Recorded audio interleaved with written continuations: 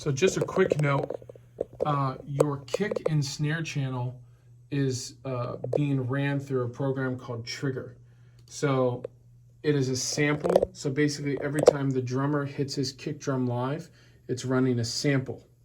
So you shouldn't ever have to touch this. If you do, call me before you do. But I've already preset Trigger for the kick and the snare. So all you need to do is just, if you want to hear more kick or less kick, you turn down up or down the fader. Same thing with the snare. Okay. On here, there's these gates that are on each of the toms. Those are preset. Make sure that we do not touch those or adjust those at all. Same thing with the plugins that are on the drum bus channels. You never should have to adjust these. They're already preset for you. And same with these faders. These faders should always stay at 0. The only thing you should mix on the drum are right here in these sections. Kick and snare, your toms, and your overheads. That's it. Same thing with your guitars. They are in stereo. The only person that plays stereo on this guitar is like if a guitar player comes in with an amp and he has the option to run stereo.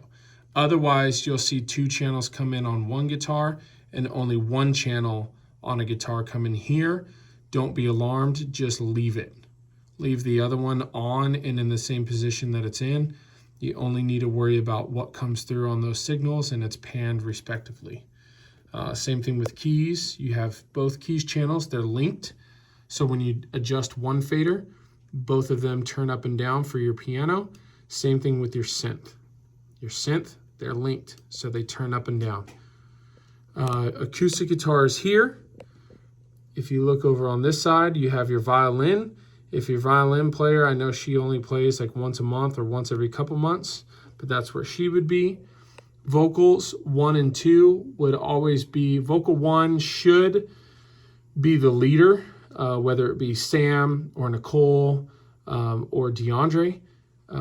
The second channel would be whoever the backup vocalist is. I know sometimes the backup vocalist does lead, so you will just need to watch. This screen will have the video feed of what's going on in service. So while you're mixing, you need to be watching the feed as well too, to kind of give you a gauge of what's going on.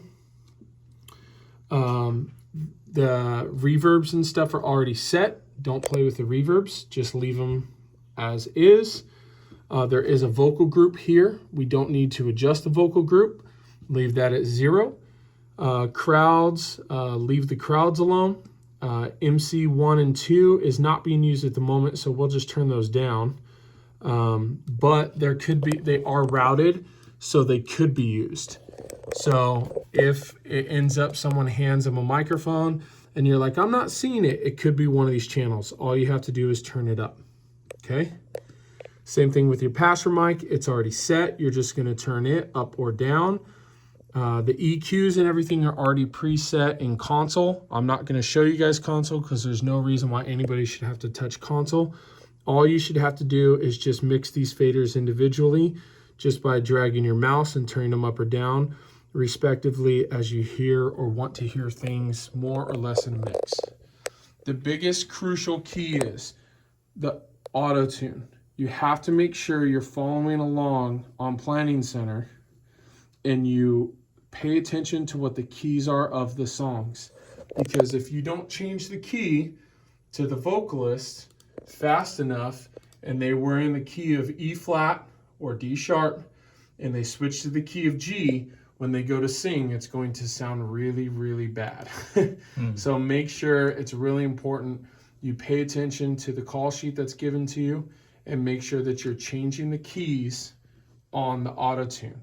And this isn't going to fix everything. All it is it's a type of plug-in to just help the vocalist. So if they're tired in the morning and they're a little flat, it brings them, you know, on pitch. If they're a little sharp, it kind of helps correct it. If you're way off, it's not going to fix it. It's just a little something to give you an extra boost in the morning to help someone keep on pitch. Other than that, if you have any questions, call Jonathan.